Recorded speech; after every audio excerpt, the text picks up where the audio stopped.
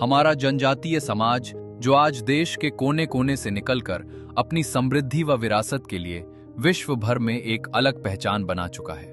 हमारा समाज, जिसके अस्तित्व की लड़ाई के लिए हमारे धरती आबा भगवान बिरसा मुंडा, सिद्धो कान्हू और रानी गाइदिनल्यू जैसे वीरों ने अंग्रेजों के दमनकारी शासन के खिलाफ बहादुरी से लड़ाई लड़कर न सिर्फ हमको आजादी दिलाई, बल्कि हमें साहस से लड़ना और सम्मान से जीना भी सिखाया।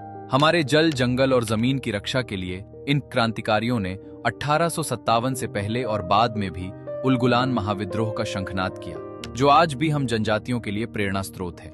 हमारी परंपराएं, हमारे त्योहार, हमारी भाषा और हमारी जीवन शैली को धीरे धीरे कमजोर करने का प्रयास किया जा रहा है।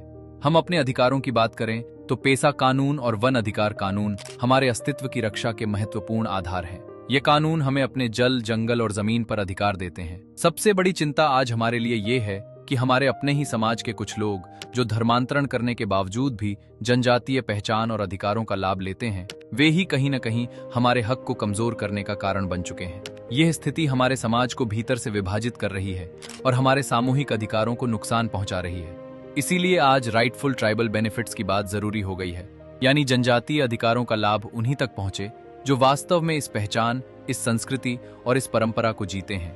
याद रहे, ये किसी के खिलाफ नहीं, बल्कि न्याय के पक्ष में एक जरूरी कदम है, ताकि जनजातीय समाज की पहचान सुरक्षित रहे, उनके अधिकार मजबूत हों और उनके विकास का रास्ता साफ हो। आज जरूरत है कि हम अपने इतिहास को याद करें, अपने पूर्वजों के संघर्ष को समझें और एकजुट होकर अपनी संस्कृति, अपनी परंपरा और अपने अधिकारों की रक्षा करें।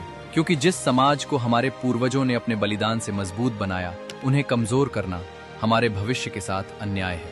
समय आ गया है कि हम जागरूक बने, संगठित हों और अपने अधिकारों के लिए आवाज बुलंद करें, ताकि हमारी आने वाली पीढ़ियां भी गर्व से अपनी जनजातीय पहचान के साथ जी सकें।